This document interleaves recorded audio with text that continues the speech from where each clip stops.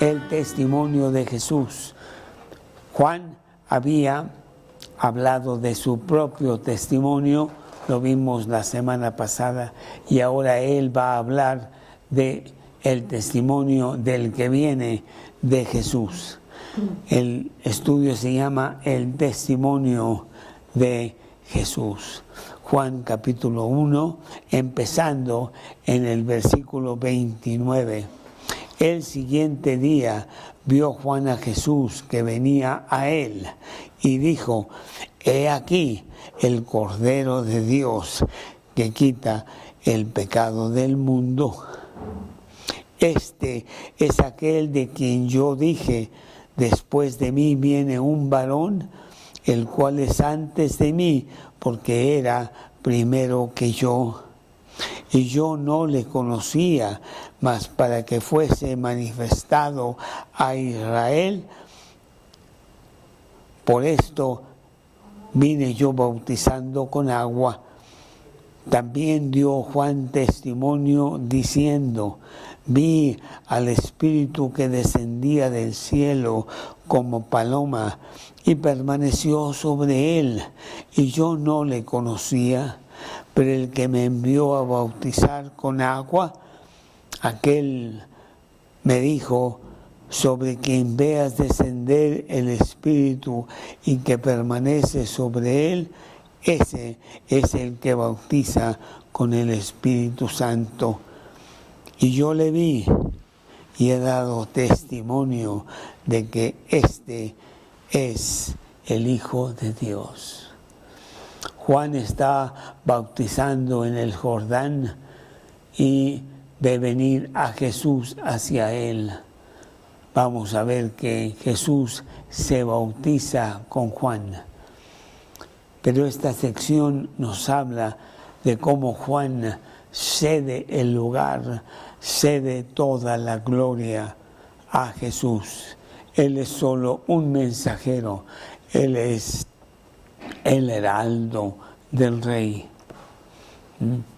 Y este es el testimonio que él tiene de Jesús. Entre el bautizo de Jesús y su regreso del desierto donde fue tentado. Mateo capítulo 4, versículos 1 y 2. Mateo capítulo 4, versículos 1 y 2.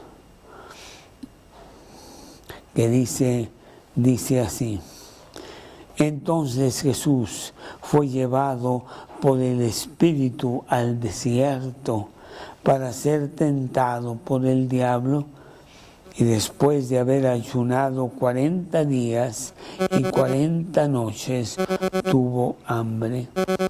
Hay una enseñanza preciosa en la reacción de Jesús ante haber pasado 40 días y 40 noches en ayuno y ser tentado por el diablo.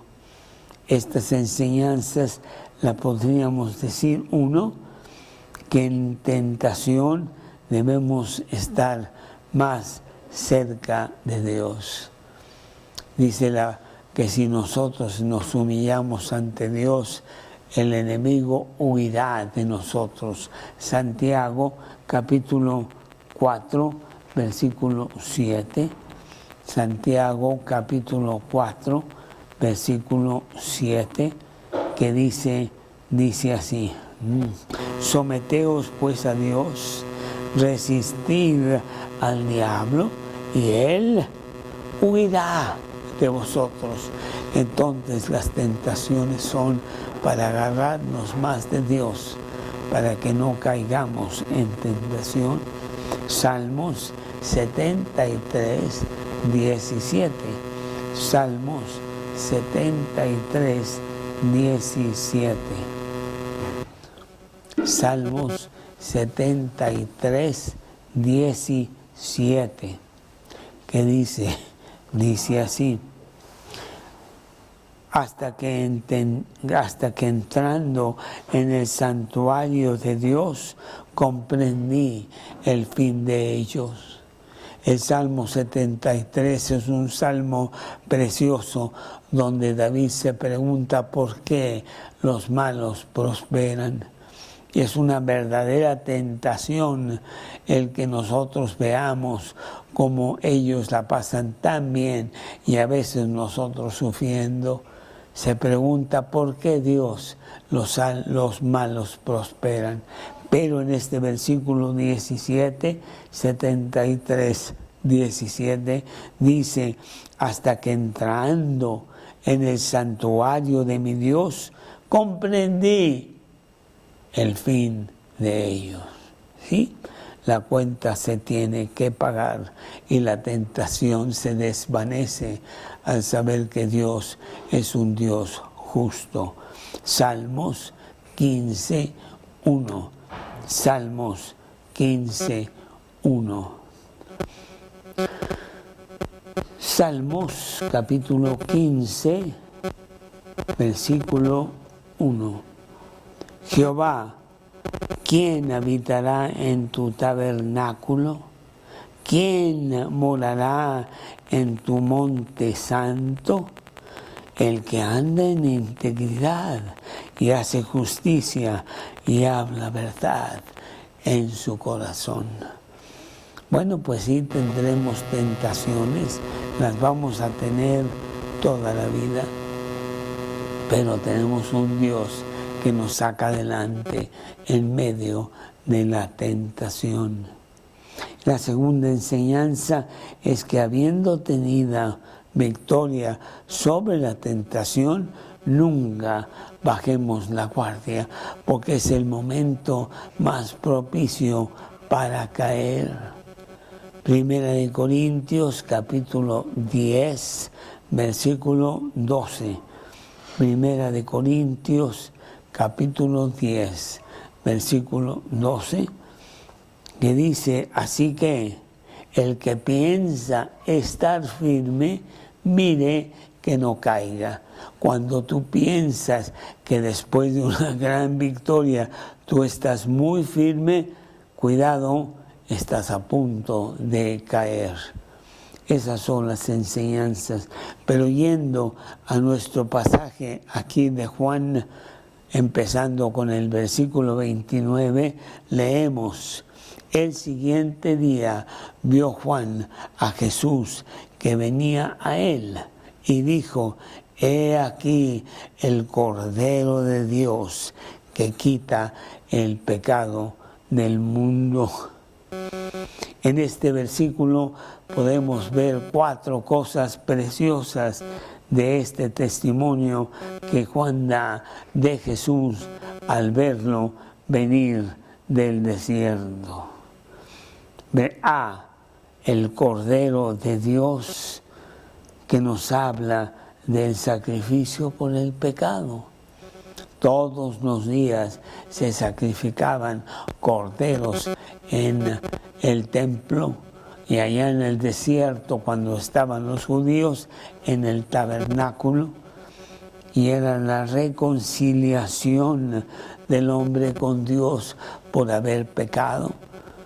Recordamos Hebreos 9:22, sin derramamiento de sangre no se hace remisión.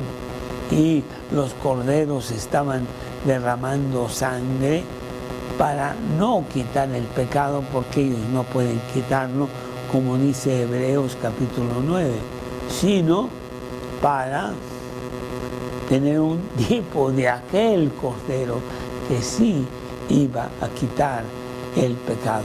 Por eso el versículo dice: he aquí, señores, el Cordero de Dios, que este sí quita el pecado. Menciona Cordero, ¿por qué?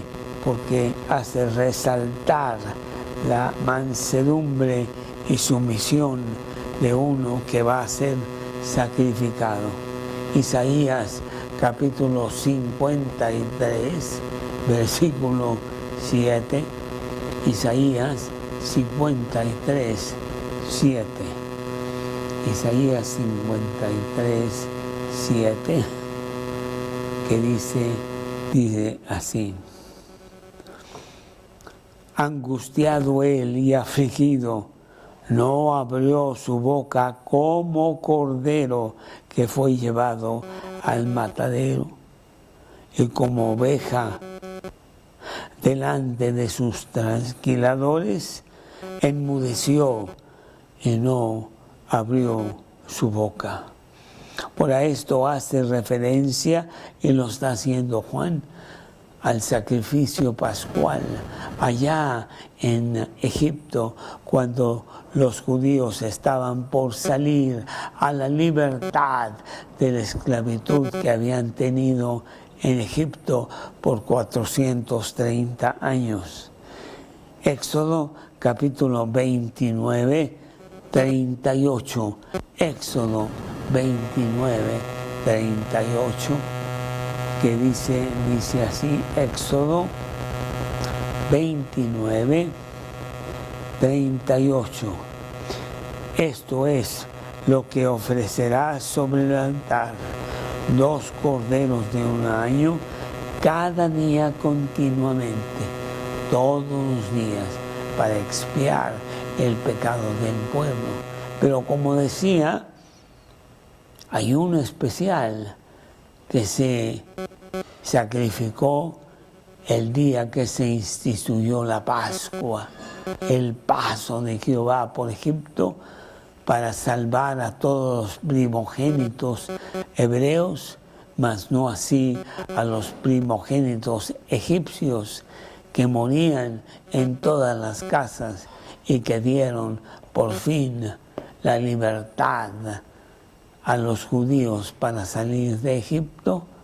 Primera de Corintios capítulo 5, versículo 7.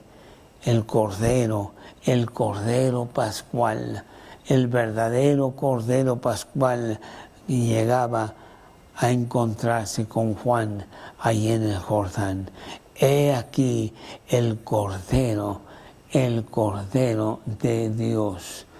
Primera de Corintios capítulo 5, versículo 7. Primera de Corintios capítulo 5, versículo 7, que dice así. Primera de Corintios 5, 7. Limpiaos pues de la vieja levadura, para que seáis nueva levadura.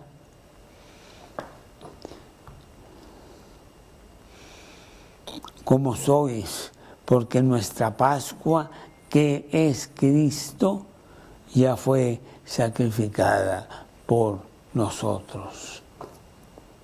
Bueno, entonces lo primero que vemos es la realidad del Cordero de Dios en este versículo.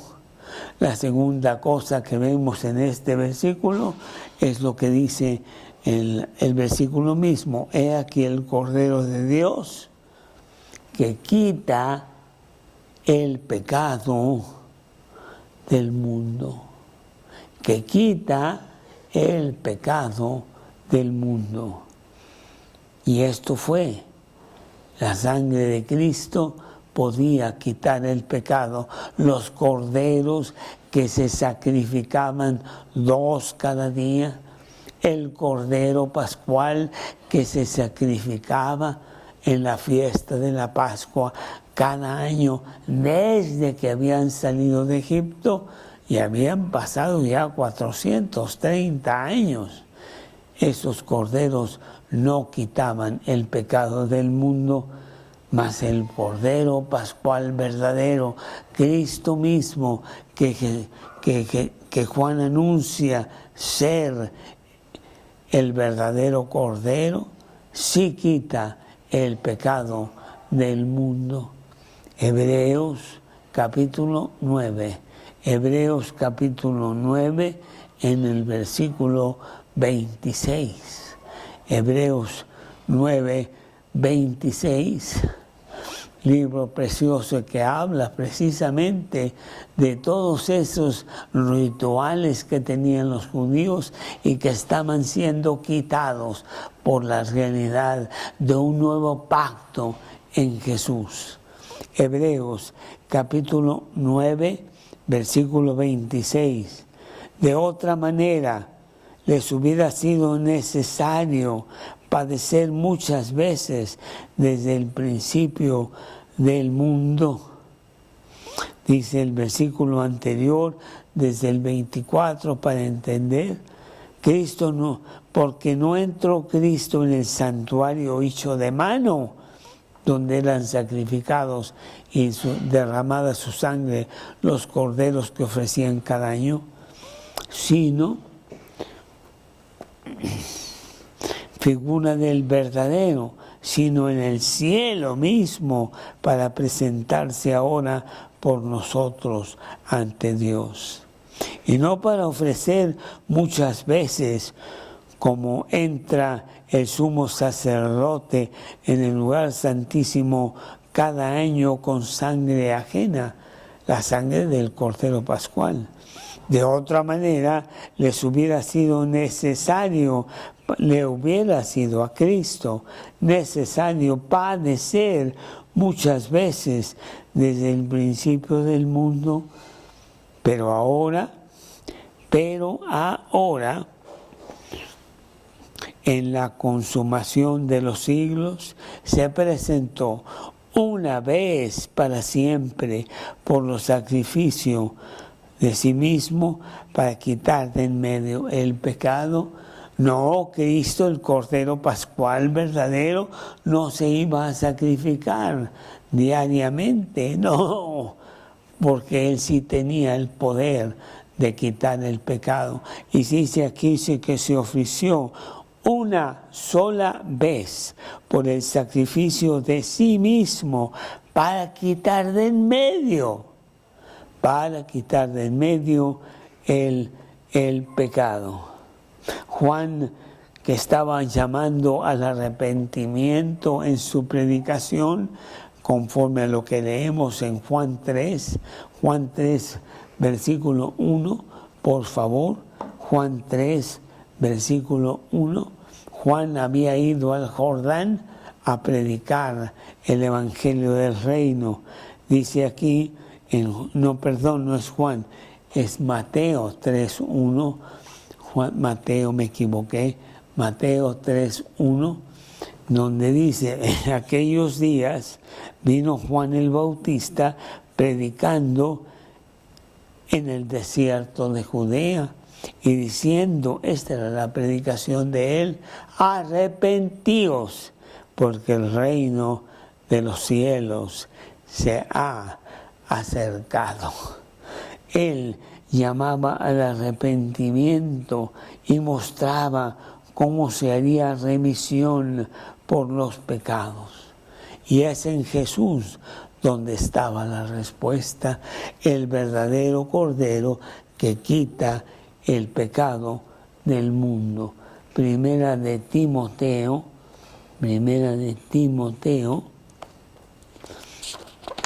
capítulo 2, versículo 4. Primera de Timoteo, capítulo 2, versículo 4. Cristo, el cual quiere que todos los hombres sean salvos y vengan al conocimiento de la verdad. Hebreos, capítulo 12, versículo 24. Hebreos 12, 24. Le dice así, Hebreos 12, 24. A Jesús, mediador del nuevo pacto, y a la sangre rociada que habla mejor que la sangre de Abel. Hebreos capítulo 9, versículo 15. Hebreos capítulo 9, versículo 15. Sí, el verdadero Cordero que quita el pecado del mundo estaba llegando. Hebreos capítulo 9, versículo 15.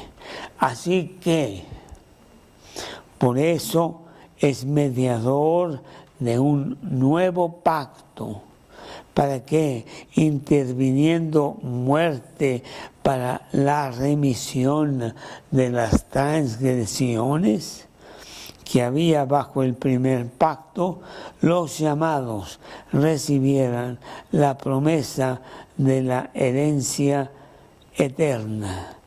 Porque donde hay testamento es necesario que intervenga muerte del testador, porque el testamento con la muerte se confirma, pues no es válido entre tanto que el testador vive, de manera que ni aun el primer pacto fue instituido sin sangre, porque habiendo anunciado Moisés todos los mandamientos de la ley a todo el pueblo, tomó la sangre de los becerros, de los machos cabríos, con agua, lana escarlata e hisopo, y roció el mismo libro y también a todo el pueblo, diciendo: esta es la sangre del pacto que Dios os ha mandado. Versículo 22, y casi todo es purificado según la ley con sangre. Versículo 23, el siguiente versículo 23, que dice: de donde fue pues necesario que las figuras de las cosas celestiales fueran purificadas así, pero las cosas celestiales mismas con mejores sacrificios, porque no entró Cristo en el santuario hecho de mano, sino en el cielo mismo. Preciosos versículos. Jesús justifica, Jesús santifica, un acto continuo que nunca se acaba. Y dice que Él quita el pecado del mundo, no el pecado de Israel, el pecado de todos los hombres. En el Antiguo Testamento se sacrificaban corderos para expiar los pecados, tapar es la palabra, los pecados del pueblo de Israel. Pero Cristo no quita, porque Él no tapa, Él quita. No quita los pecados del pueblo, sino los pecados, dice aquí, del mundo. Primera de Juan 2:2. Primera de Juan, capítulo 2, versículo 2, que dice así: y Él es la propiciación por nuestros pecados, y no solamente por nuestros pecados, sino también por lo de todo el mundo. Vamos a buscar aquí, por favor, en el libro de Romanos. Vámonos al capítulo 3, versículo 24, pero aquí en la Biblia, por favor, porque yo quiero explicar un poco qué es eso de propiciación. ¿Qué es eso? Por favor, ¿me puedes explicar qué palabra tan grandota es esa que yo creo que ni siquiera la puedo escribir bien? Romanos capítulo 3, versículo 3:24. Permíteme un segundito. Justificación. Permíteme. Propiciación. ¿Quieres leerlo, por favor? Aquí donde dice propiciación. Lo que dice aquí. Propiciación. ¿Esto? ¿Lo leo? Ok. Propiciación. Un aspecto crucial del sacrificio de Cristo, porque esta palabra alude a la idea de apaciguamiento o satisfacción. En este caso, la muerte violenta de Cristo satisfizo la santidad ofendida de Dios y su ira justa en contra de todos aquellos por quienes Cristo murió. Keep going. El equivalente hebreo de esta palabra se usaba para describir describir el propiciatorio o la cubierta del arca del pacto, sobre el cual rociaba el sumo sacerdote la sangre del animal sacrificado en el día de la expiación, para hacer expiación por los pecados del pueblo. En las religiones paganas es el adorador y no el Dios quien tiene la responsabilidad de apaciguar la ira de la deidad ofendida. Pero en realidad el hombre es incapaz de satisfacer la justicia de Dios aparte de Cristo, a no ser que pase la eternidad en el infierno. Muy bien, entonces sí entendemos la palabra propiciación, que podemos realmente traducirla como apaciguamiento. Pero nosotros no podemos apaciguar a Dios, sino que Cristo fue el que lo hizo con su sangre, que sí quita el pecado del mundo. Muy bien, muy bonito, porque son palabras grandes: justificación, propiciación, santificación, que podemos ir viendo la definición exacta para apropiarnos de eso para nosotros mismos. Segunda de Corintios, capítulo 5, versículo 19. Segunda de Corintios 5, 19. Que dice así, Segunda de Corintios, capítulo 5, versículo 19. Que Dios estaba en Cristo reconciliando consigo al mundo, no tomándoles en cuenta a los hombres sus pecados, y nos encargó a nosotros la palabra de la reconciliación. Bueno, entonces Él reconcilió a Dios, reconcilió al hombre con Dios. La segunda cosa que vemos es que Él lo tomó sobre sí mismo, sobre sí mismo. Podía haber sido que Él quitara el pecado del mundo. Él lo puede hacer con su palabra y decir, quítate.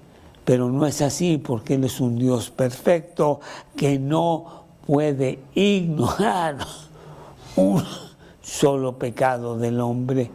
Y entonces no solamente quitó el pecado, sino que lo quitó poniéndole sobre sí mismo, y de esa manera pagando por la multa, por decirlo así. No es que cuando tú tienes una multa y te la quitan y te dicen no hay problema, se la vamos a condonar. No, no se puede condonar, se tiene que pagar. Lo que pasa es que en este caso Cristo es el que la paga. Segunda de Corintios, capítulo 5, versículo 21. Él puso el pecado sobre sí mismo. Él pagó el pecado.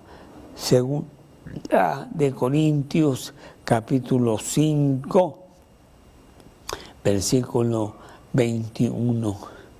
Segunda de Corintios 5, 21. Al que no conoció pecado. ¿Quién? Al que no conoció pecado. ¿Quién no conoció pecado? Cristo, Él nunca pecó. Lo podemos leer también en 1 de Juan, capítulo 3, versículo 5 o 6, algo así. Al que no conoció pecado, por nosotros lo hizo pecado, para que nosotros fuésemos hechos justicia de Dios en Él, fuésemos hechos justificados en Él. Romanos capítulo 8, versículo 2. Romanos capítulo 8, versículo 2. Fíjate todas las cosas que está diciendo este pequeño versículo de Juan capítulo 1, versículo 29. Porque la ley del Espíritu de Dios, porque la ley del Espíritu de vida en Cristo Jesús nos ha librado de la ley del pecado y de la muerte.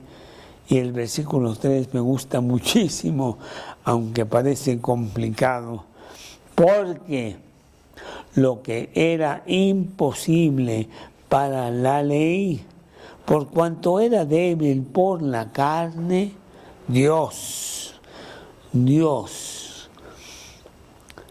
enviando a su Hijo en semejanza de carne de pecado, y a causa del pecado condenó al pecado en la carne. Cristo resolvió el problema del pecado a favor de todo el mundo. Y luego además dice el versículo, he aquí. Eso lo hizo para que nosotros nos alegremos y estemos muy agradecidos. He aquí, en tiempo presente, ya pasó, pero hoy estamos recibiendo esta maravillosa noticia. Cristo quitó el pecado y reconcilió al pecado en lugar de destruirlo. Ahí está el pecado, pero Cristo ha sido la fórmula.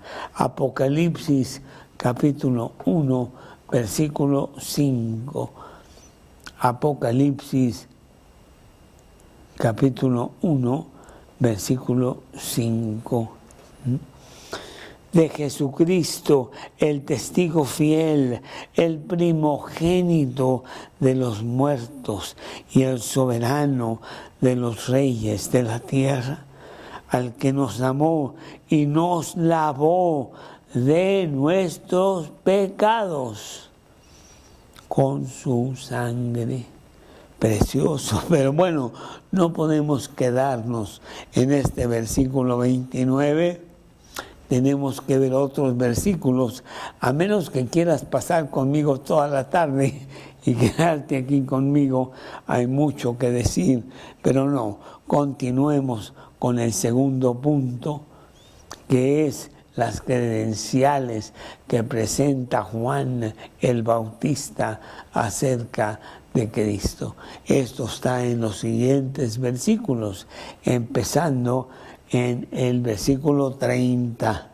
Este es aquel de quien yo dije, después de mí viene un varón, el cual es antes de mí, porque viene primero que yo. La primera cosa que nos presenta Juan es de que ya lo había nombrado. Este es aquel que prometía el Antiguo Testamento. Números capítulo 24, versículo 7. Números capítulo 24, versículo 7. 24 de Números, versículo 7, que dice así: de sus manos destilarán aguas, y su descendencia será en muchas aguas. Enaltecerá su rey más que Agag, y su reino será engrandecido. Estaba hablando del Mesías, que lo vemos por todo el Antiguo Testamento, y aquí Juan está diciendo, ya llegó, señores, aquí está, ahí viene a mi encuentro. Un día nosotros diremos también lo mismo cuando le veamos cara a cara, como ese día lo estaba viendo Juan el Bautista cara a cara a Jesús. Este es el hombre, este es aquel de quien yo dije, después de mí viene este varón, porque era primero que yo. El hombre que Dios envía a vivir la vida perfecta que se nos demanda a nosotros y nosotros no la podemos hacer. Se me requiere a mí, pero Dios, Cristo, es mi sustituto en la vida y Él vive la vida perfecta que yo debí haber vivido. Es mi sustituto. Este es aquel de quien yo dije, Juan afirma, Juan no revoca. Nunca revocaría, sino todo lo contrario. Cada vez sería más precioso, cada vez sería más fuerte. Y yo no le conocía. A ver, espérame, ¿qué es eso de que yo no le conocía? Porque eso es lo que dice el versículo 31. Y yo no le conocía. Bueno, yo me acuerdo en mi niñez como todos los domingos íbamos a casa de mi abuela, allá en Monterrey.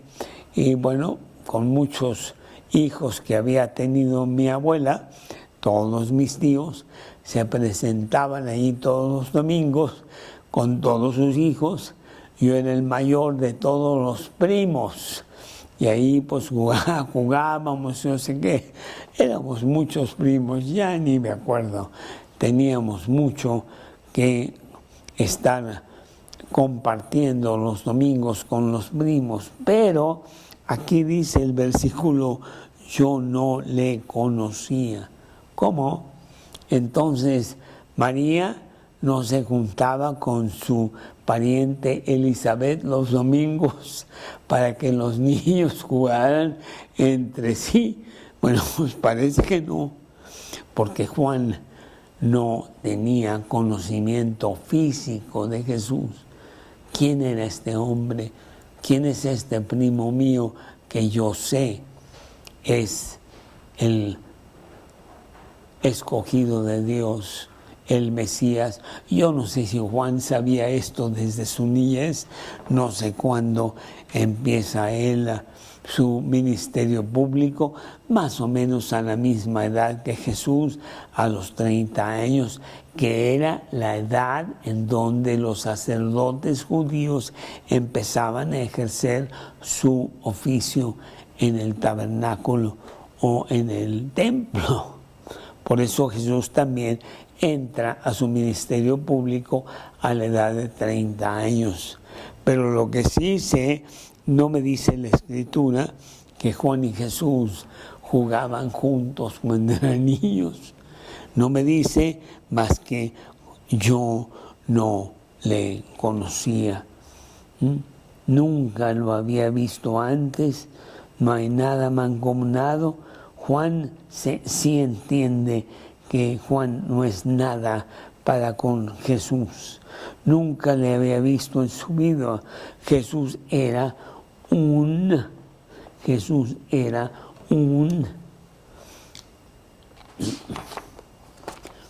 extraño para él y podría haber ninguna parcialidad, no sabía. Solo lo que le era dado de arriba, la revelación de que él era el heraldo del rey. Juan capítulo 3, versículo 27, Juan 3, 27, que dice así, Juan 3, 27. Respondió Juan y dijo, no puede el hombre recibir nada si no le fuere dado del cielo. Para reconocerlo realmente, venía bautizando con agua. Dice el versículo 31, déjame ver, aquí dice, yo no le conocía, mas para que fuese manifestado a Israel, por esto vine yo bautizando con agua. ¿Qué pasó? Que bueno, Jesús se va a bautizar con Juan el Bautista. Y Juan lo sabe, pero Dios hace que ese bautismo sea súper especial, porque ahí está el Padre, el Hijo y el Espíritu Santo. Por fe, Juan hizo lo que tenía que hacer, presentar al Rey a quien no conocía. Él bautizó y empezó el ministerio de Jesús. El Espíritu Santo mismo descendió sobre Jesús. Versículo 32. También dio Juan testimonio diciendo: vi al Espíritu que descendía del cielo como paloma y permaneció sobre él. Santiago 1:17, Santiago 1:17. Juan ve al Espíritu de Dios descender sobre Jesús en forma de paloma, símbolo de mansedumbre y de paz. Santiago capítulo 1, versículo 17. Juan 1:17, toda buena dádiva, todo don perfecto desciende de lo alto, del Padre de las luces, en el cual no hay mudanza ni sombra de variación. Génesis capítulo 8, versículo 11. Génesis 8:11, Génesis capítulo 8, versículo 11. Y la paloma volvió a él a la hora de la tarde, y aquí que traía una hoja de olivo en el pico, y entendió Noé que las aguas se habían retirado de sobre la tierra. ¿Te acuerdas que Noé estuvo más de un año en el arca mientras el diluvio azotaba terriblemente a la tierra? Solamente duró la lluvia 40 días, pero fue suficiente para terminar totalmente con todo en la tierra, y estuvo que esperar un año y pico hasta que Dios le dijera que ya podía salir del arca. Él no podía ver qué estaba pasando. Mandó un cuervo, el cuervo regresó al arca porque no tenía dónde establecerse, y después volvió a mandar otro cuervo, y el tercero fue una paloma, en donde dice que esta paloma sí regresó, pero solo trayendo ya un símbolo de paz, un símbolo de reconciliación, un símbolo de mansedumbre. Juan recibió la noticia de que así sería. Versículo 33. Yo no le conocía, dice de nuevo, pero el que me envió a bautizar con agua, aquel me dijo: sobre quien veas descender el Espíritu y que permanece sobre él, ese es el que bautiza con el Espíritu Santo. Y Juan lo vio como esta paloma descendía sobre Jesús, según nos dice ahí en el libro de Mateo. Es más, vamos a leerlo. Mateo capítulo 3, 11. Mateo 3:11, quiero pensar que ese es. Yo a la verdad bautizo con agua para arrepentimiento, dice Juan el Bautista ahí en Mateo 3:11. Pero el que viene tras de mí, cuyo calzado yo no soy digno de llevar, es más poderoso que yo. Él os bautizará en Espíritu Santo y fuego, el fuego purificador de Dios para todo aquel que viene a Cristo y lo hace el Salvador de su vida. Juan tenía toda la confianza para hablar con gran poder, según se le había revelado: he aquí el Cordero de Dios que quita el pecado del mundo. Él sabía que él era el heraldo. Y el versículo 34, y yo le vi, dice Juan, y he dado testimonio de que este es el Hijo de Dios. Dios mismo había hablado, Mateo 3:17, y lo había escuchado Juan. Sabía que esto estaba pasando. Mateo capítulo 3, versículo 17, hubo una gran voz del cielo mientras Jesús estaba bautizando. Hubo una voz del cielo que decía: este es mi Hijo amado, en quien tengo complacencia. Bueno, Juan también concluyó lo mismo. Ese es el Hijo amado en quien Dios tiene complacencia. Un testigo ocular de que Jesús es el Hijo de Dios. Hechos capítulo 4, versículo 20. Hechos 4, versículo 20.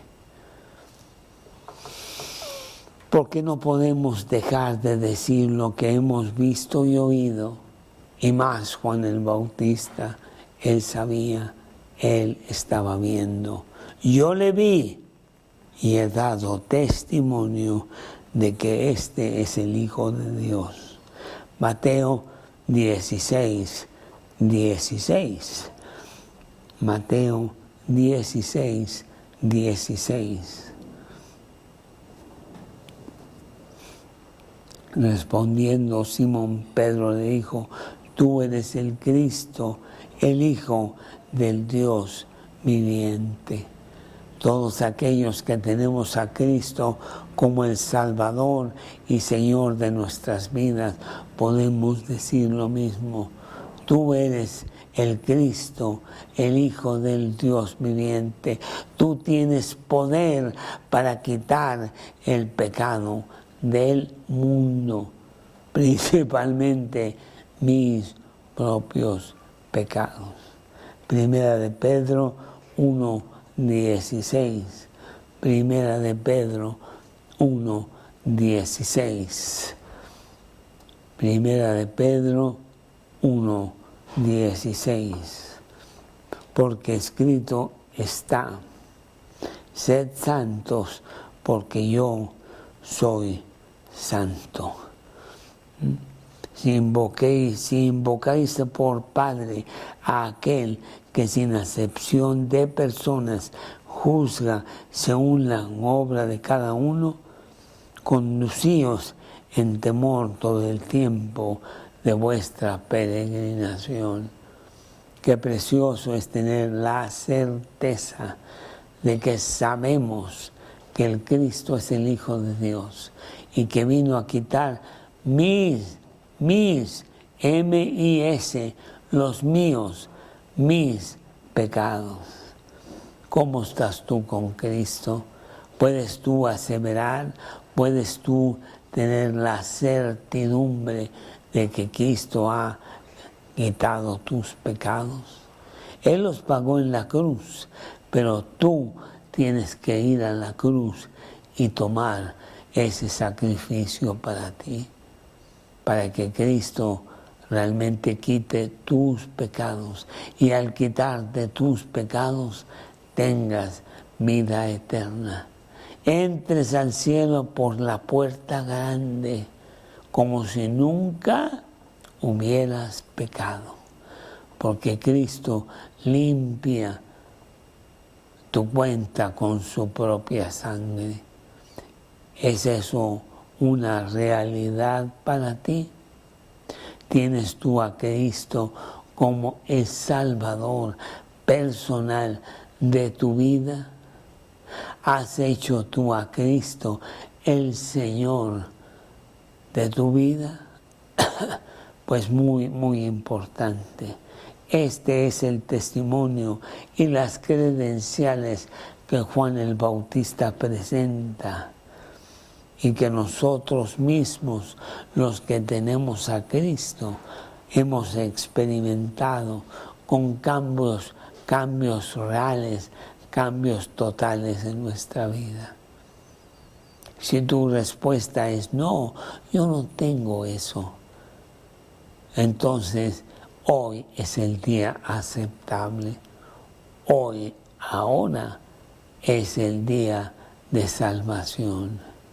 Tú puedes apropiarte de lo que pasó en la cruz y recibir el gran regalo de Dios, la vida eterna basada en lo que Cristo hizo por ti en la cruz.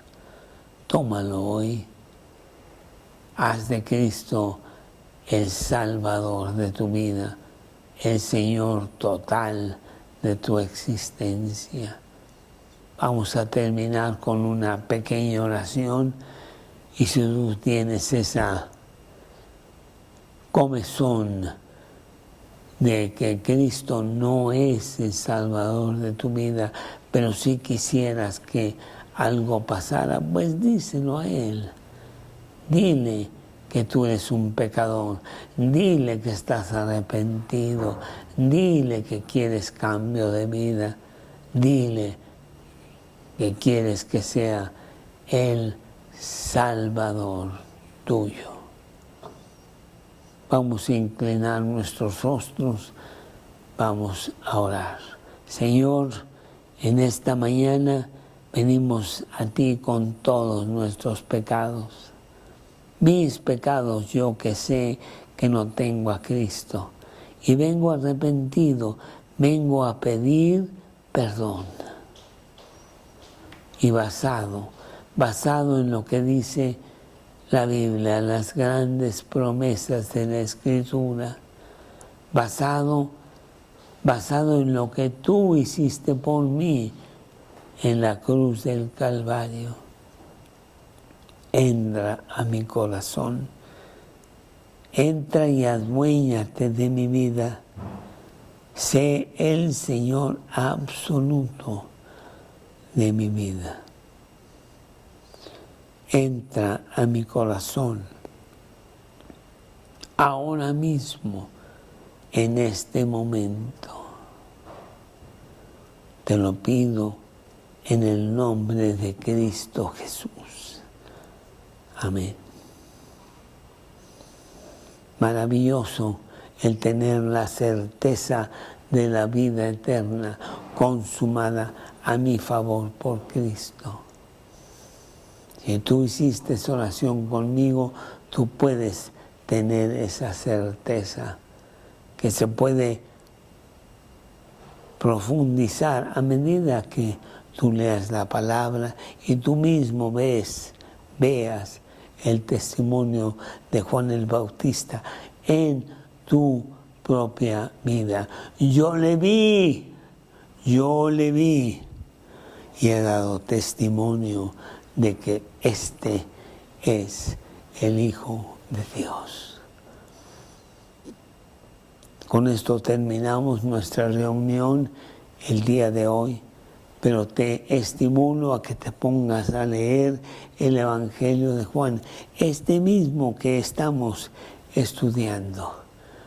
Vaya maravillosas noticias que nos presenta. Y aquí estamos el miércoles que entra a misma hora para continuar hablando de este Evangelio de Juan, el mismo capítulo 1, en donde nos quedamos con el versículo 35. Entre tanto, pues yo te deseo un buen fin de semana, que Dios te bendiga mucho. Y las pláticas de Daniel. Agarrado de Dios para tu vida. Te recuerdo que tenemos un verdadero temblor estos días con tantas actividades preciosas que estamos teniendo. Este fin de semana queremos organizar estas pláticas con Daniel Sanz, que viene desde Alemania y nos cuente de su cristianismo y lo que está pasando allá en nuestro grupo en Hamburgo, Alemania. 20 estaremos nosotros transmitiendo por YouTube para tu deleite. Solamente invitamos presencialmente a algunos jóvenes por cuestión de la pandemia, pero en la comodidad de tu casa tú puedes deleitarte con este gran banquete a favor tuyo. Te estaremos informando de la hora exacta, sábado, probablemente 4 o 5 de la tarde, y domingo también 4 o 5 de la tarde, y minutos antes pasarte la liga de YouTube para que tú también estés con nosotros en este gran evento. Que Dios te bendiga. Muy buenas tardes.